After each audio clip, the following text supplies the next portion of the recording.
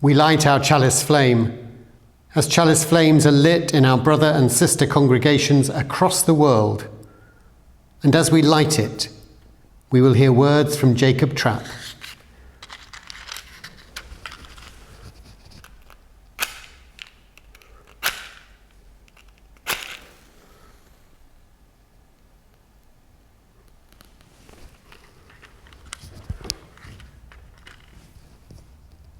Worship is kindred fire within our hearts.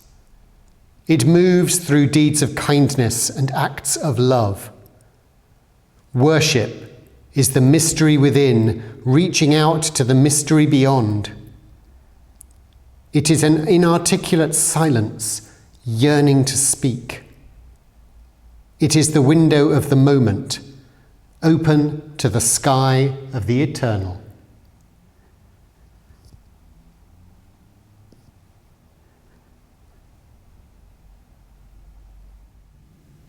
Welcome. Welcome to this meeting house today. We gather virtually at this time of the coronavirus. Now, astonishingly, this is our 20th Sunday meeting on this YouTube approach from here in the Sevenoaks Unitarian Meeting House. 20 weeks since we last held a service that the congregation was able to come to. And it was a service for Lent. And so this is possibly the longest Lent we have ever experienced. Yet our virtual gathering does enable many to link together too. The opportunity to connect with others in experience, to connect with ourselves inside. We are all part of one awesome whole.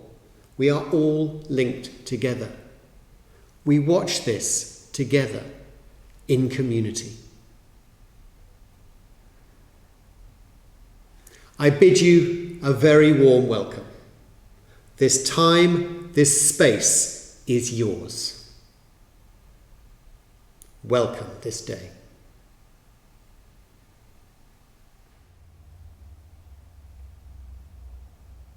I suspect I am not the only one who occasionally feels the need to say sorry, to own up to something I've done, or more often not done, and to apologise. Sometimes, of course, it's because you're about to be found out, or even worse, you've been found out, and you say sorry. Now, Elton John claimed that sorry was the hardest word. I'm not sure he was right. Our first reading today is by the Unitarian Universalist minister David Blanchard. And it looks not at saying sorry. It looks instead through the telescope from the other end. This is the art of forgiveness.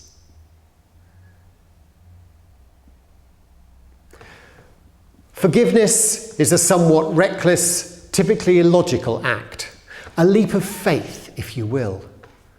When Jesus preached forgiveness, people thought he was insane. Loving your neighbour is one thing, but your enemies too? When struck on one cheek, offer the other? If someone takes your coat, give them your cloak as well? Now, you may think it was easy for Jesus to say this, his Father being God and all that. But what about those of us who live in the real world? Do we have to do it too? I suppose it depends on what we want from life. Forgiveness in the world is still a bit reckless and illogical. But so is love, having children, or creating anything that we're willing to give away. But we do these things all the time. And we trust that because we have done them, we will be more fulfilled, more connected, more present to the joys and wonders of the world. The alternative is to be satisfied with dismal little corroded existences. But most of the time, we rarely make a connection between the two. It is through forgiveness that we can discover the freedom it takes to place ourselves in right relation to the divine, with those we love and care about, and with ourselves. It may not be logical, but forgiveness, clear and unconditional, frees the forgiver more deeply than the person being forgiven. Chances are good they didn't even know they'd done something that required forgiving. It's a bold and constructive step based in a sense of faith that forgiveness withheld is a poison to the soul. When we hold back forgiveness, we repeat over and over our hurt, reassuring ourselves of our indignation. Some people live all their lives off that pain. It's not required. Real power and authentic freedom comes with what is so hard to do: forgive. In the end, those who have found a way to forgive know that the most profound work of forgiveness is not done for those who want it, but for the sake of mending our own soul and for the freedom we find when we recklessly squander our forgiveness.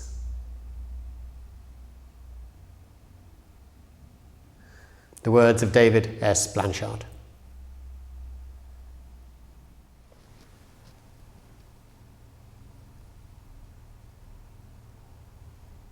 Let us come together in a time of prayer.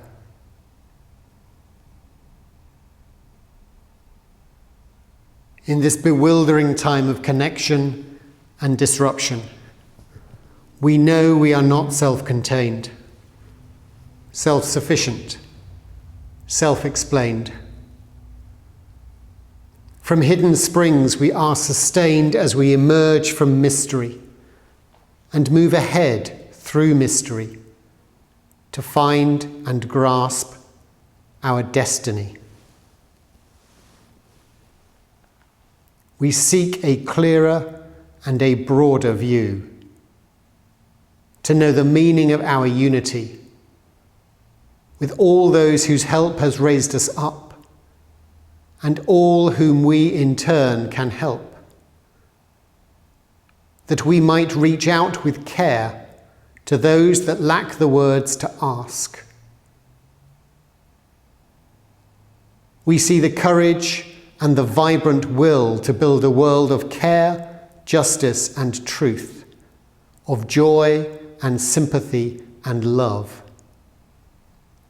May understanding and intention be part of our rebirth, our unfolding, today and every day.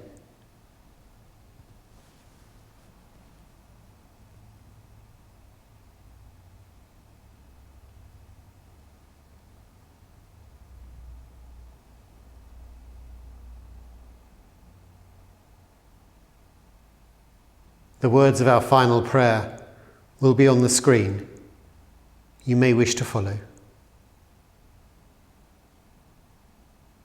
Spirit of life, light everlasting, may the glorious returning rays pierce the depths of our hearts. May they purify, gladden, lighten, and enrich us. We each of us harbour dark corners in our hearts, places of sadness, places of unworthy thoughts, places of good things left undone. May the light we receive today restore us. May the light we receive today bring us peace. May the light we receive today bring us into new life. In light might we find hope.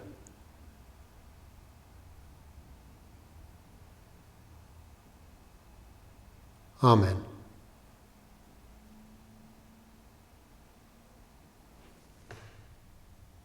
Our second reading is a poem by the Sufi poet Rumi. As with many of Rumi's poems, this piece talks of the importance of the divine, of God. But more importantly than that, it focuses on the way we are drawn to God, to the Spirit, to that something unexplainable. It talks of two reasons for religion, of attitude. This is, I come before dawn.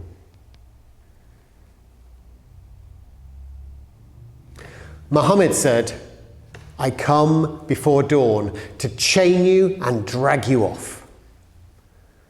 It's amazing and funny that you have to be pulled away from being tortured, pulled out into the spring garden. But that's the way it is.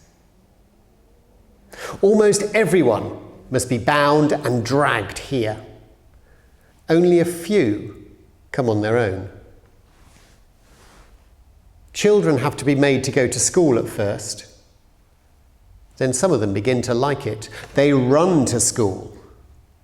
They expand with the learning. Later, they receive money because of something they've learned at school. And they get really excited and they stay up all night as watchful and alive as thieves. Remember the rewards you get for being obedient. There are two types on the path.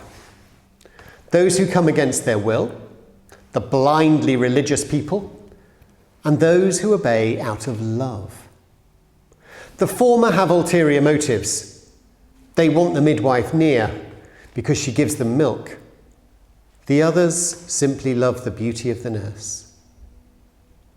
The former memorize the proof texts of conformity and repeat them. The latter disappear into whatever draws them to God.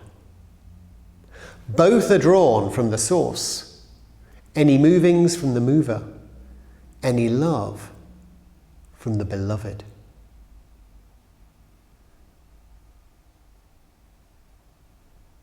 The words of Rumi. Our hymn today is written by David Usher, former minister to the congregation here in Sevenoaks, district minister for London and the South East. This is a hymn from the Purple Book, number 194, We Light the Flame. You don't need your books at home. The words will be on the screen. We light the flame.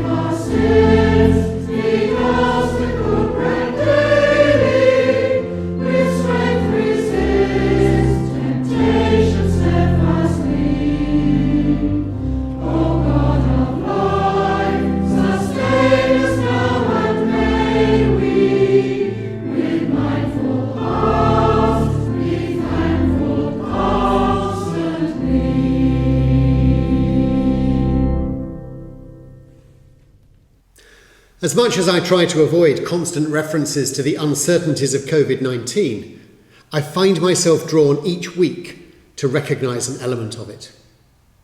This is our 20th service since we closed the doors to this meeting house at the start of lockdown in March, and it still feels strange to speak in an empty space. There is a certainty here, and in other meeting houses and churches, that hold us as a community steady.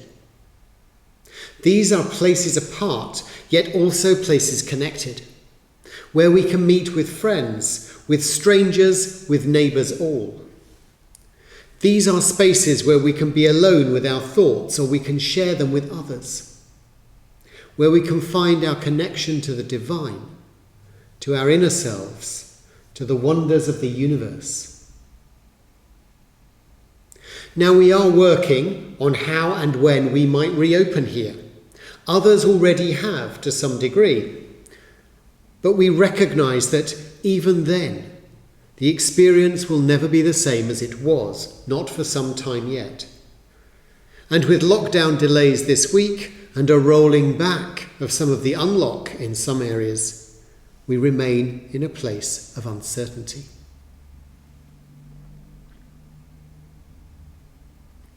So what is it that draws us to our meeting place each week? Or for the moment, for many, what draws us to virtual connection via YouTube or Zoom or other means? And the reasons are plentiful. We've talked many times before about the different values placed on differing elements of each of us. Some of us like the prayers, some like hymns, some like the sermon. I hope it's good for you right now.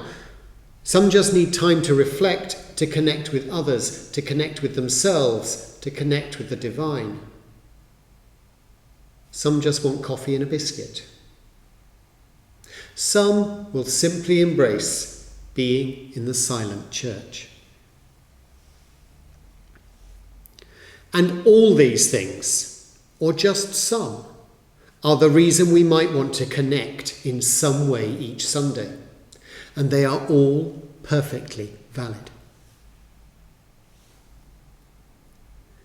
But this is in part a Unitarian position. Unlike many other churches or meeting places, there is no one watching today because they were told by a human religious instruction that they must be here. We all tune in because we choose to. Now, Rumi put this development of our attendance, of our call to the spiritual centre, in such a good way. He talks about religion as a whole and says that almost everyone must be bound and dragged here. Only a few come on their own. Children have to be made to go to school at first. Then some of them begin to like it. They run to school. They expand with learning. Now, I'd like to think we're now those children that run to school. We've expanded since we first crossed the threshold, and we want to expand more. So is this why we gather, virtually or for real? Is this our reason to be here at this time? Well, Rumi goes on further with these two distinct groups. There are two types on the path. Those who come against their will, the blindly religious people, and those who obey out of love. The former have ulterior motives. They want the midwife near. The others simply love the beauty of the nurse. The former memorize the proof texts of conformity and repeat them. The latter disappear into whatever draws them to God. Now, these are wonderful words on the different approaches to religion and belief. And from a Sufi mystic, an Islamic scholar and tutor, born over 800 years ago. And yet he sums up the world of religion today very well. There are many who are blindly religious, and there are those who, in his words, obey out of love. Now, I don't know how many are watching right now because they believe they are required by God to do so. How many of you have no real desire to learn or experience, but are instead here because you feel obliged to do so? I hope there are none. I doubt very much there are any. I guess I'm obliged to be here, ordered by others in some strange way, yet I assure you, there is nowhere else I would rather be right now. So are we instead that second group? Are we those who, rather than feeling obliged to conform, are instead drawn to God, or whatever you might want to call that indescribable something that binds us together? I hope so. I like to think there is an unconscious decision within all of us to follow that call.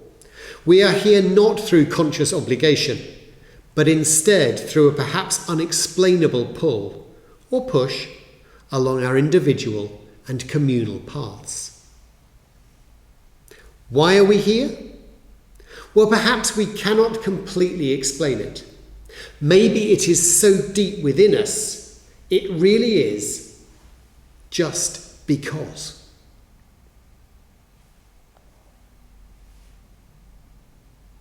Following that call to gather together is perhaps only the first step on the road.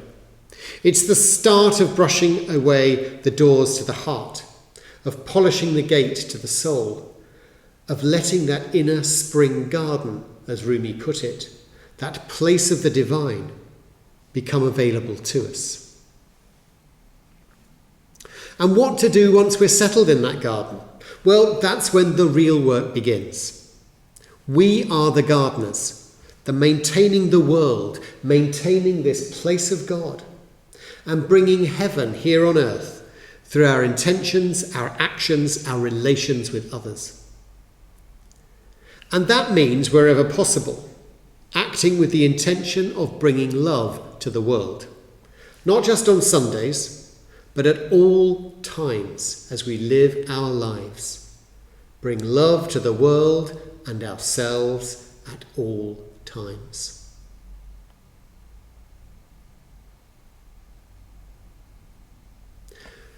Now, this, of course, is never easy. If it was, the world would be a much better place already. Yet it's surely in our interest and the interest of all around to at least try.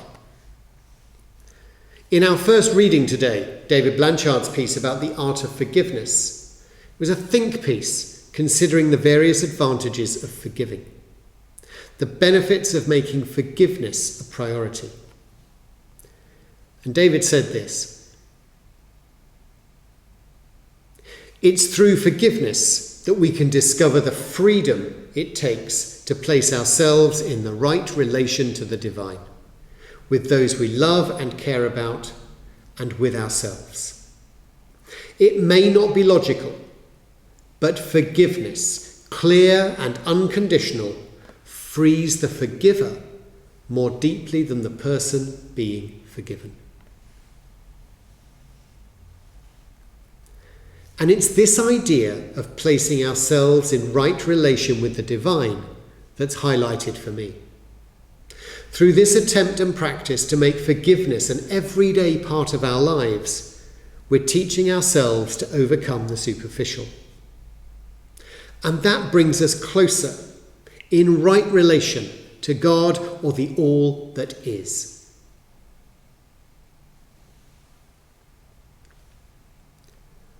Now, there is a philosophical question raised by Socrates. We're going to go right the way back to Socrates now.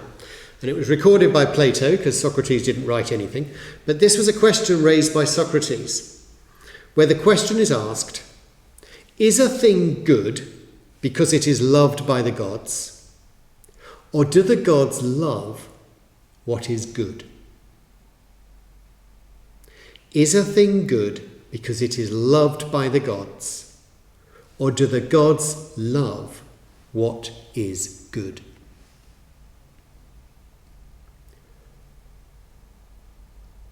For me, this is one of the ultimate questions posed by religion. No matter your idea or notion of God, do we do good things because we want to please God or the gods?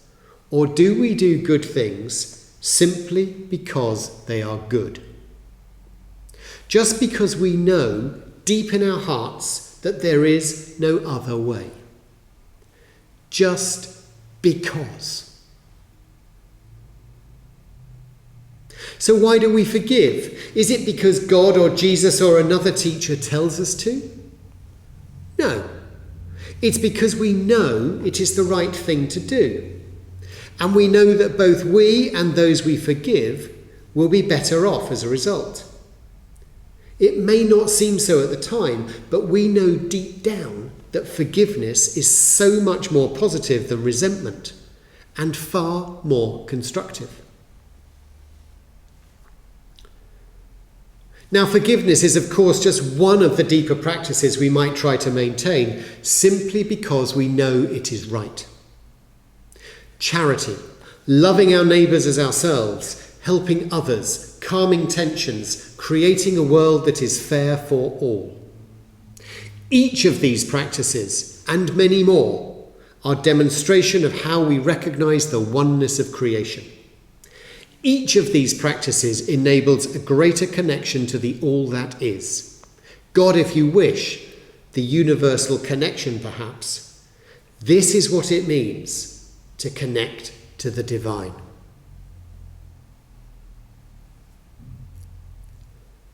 Now, none of this is easy. We are likely to find it easier to know what is the right thing rather than to manage to do it every time. And I suspect that's the advantage of why we look together. Whether virtual or for real, it's an opportunity to stop, to reflect, to think deeply on our chance to connect to the love inside of us all. A love that is unique to us, yet bound to the love we see in everything. Now, it was the Reverend Frank Schulman, former minister at Horsham and also ministry tutor at the college in Oxford, who said, "Every picture of God is a self-portrait." Every picture of God is a self-portrait. We touch the divine within. Our connection and our understanding of God is built entirely on what we know in our hearts to be true. For all those Unitarians, for all those that recognise that truth and love is driven and shaped through the conscience, this idea of a multifaceted understanding of the divine can be helpful. Yet we know too that the deeper mystery within can only be found and brought out by each of us, and it requires patience and dedication and commitment.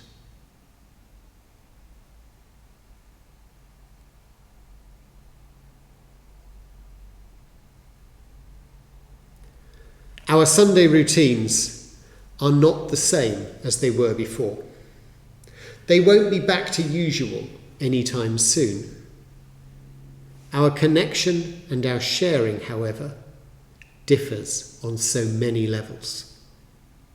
And the seed of possibility and the spark of love lies within each of us still. The opportunity every day presents to make a connection. Not just Sunday, every day. To find community in some way, to seek awareness of the sacred within. Now, to expand Rumi's words, those that seek God against their will simply memorize the texts and repeat them. However, those that seek out of love disappear into the beauty of the divine.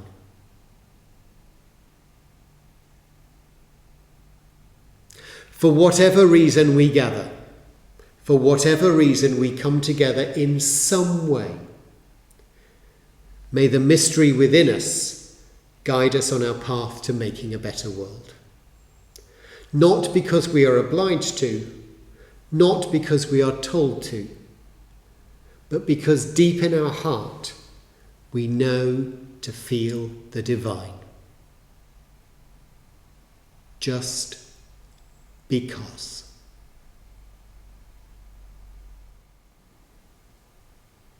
Let us come together now in a time of stillness and reflection. As we settle our bodies, perhaps closing our eyes, focusing on our breath.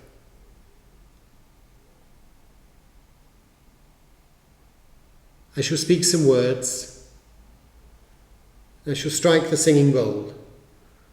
We shall come together in stillness and silence together.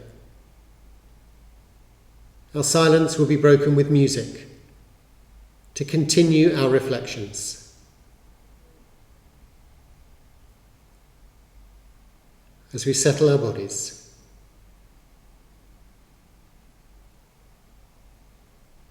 Some words by Mother Teresa.